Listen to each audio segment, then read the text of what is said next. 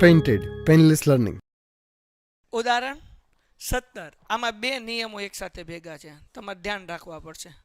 જુઓ, રકમને જોશો તો તમને ખબર પડશે y બરાબર 2 વત્તા 3x વત્તા 4x નો સ્ક્વેર એટલું પ્લસ માઇનસમાં છે. એના પછી જુઓ તો અંશ અને છેદવાળું છે, એટલે આ દાખલામાં બબ્બે નિયમો લાગશે. કેટલા નિયમો લાગશે? બે નિયમ. પહેલાં આપણે કરી નાખીએ dy upon dx. dy upon dx. તો અહીંયા જે છે અડધા દાખલામાં સરવાળાનો નિયમ લાગશે અને પાછળનું એક ભાગ છે, એક સ્ટેપ છે, એમાં ભાગાકારનો નિયમ લાગશે. એ આપણે કરશું એટલે આવડી જશે. ચલો, જાગો છો? ઓકે.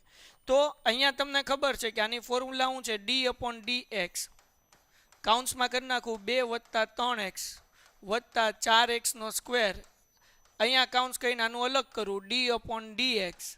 આનું આપણે કરીશું 5/6 માઇનસ 7x. ડન થઈ ગયું? ઓકે. હવે આનું તો આપણને કરતા આવડે છે. આ બેને કાંઈ પાછળ x નથી એટલે શું થઈ ગયું? 0 થઈ ગયું. વત્તા 3 એકા 3 વિકલન કરીએ બીજું કાંઈ કરતા. આ 4x નો સ્ક્વેર છે એટલે 4 દુ 8x. હાલો, ક્લિયર થઈ ગયું. હવે આ જે છે અંશ એ છે u બરાબર 5. આ જે છેદ છે એ શું છે? v છે. ભાગાકારનો નિયમ તમને બધાને ખબર છે ને? કારણ કે ભાગાકારનું સૂત્ર શું છે? તો કે ભાઈ v થી શરૂઆત કરવાની. du upon dx minus u dv upon dx અને છેદમાં v સ્ક્વેર. હાલો, ડન થઈ ગયું.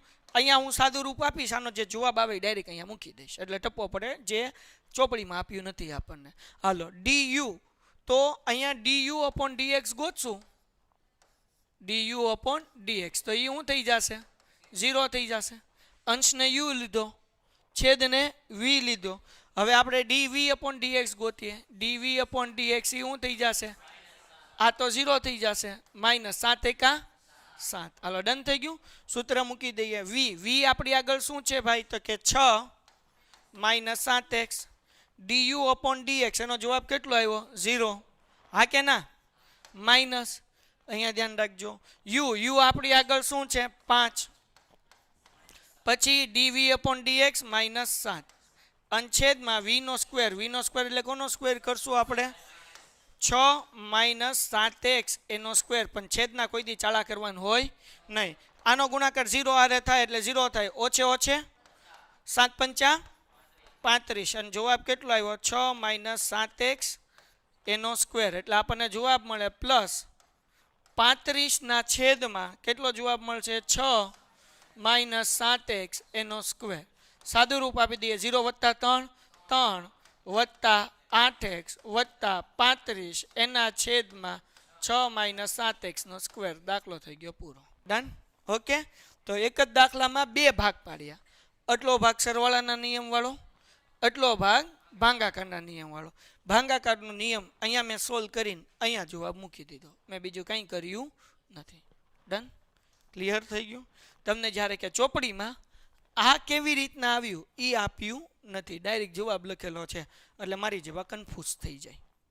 મારી જેવા શું થઈ જાય? કન્ફ્યુઝ. ડન? આમાં કઈ ડાઉટ છે? ઓકે. Painted painless learning.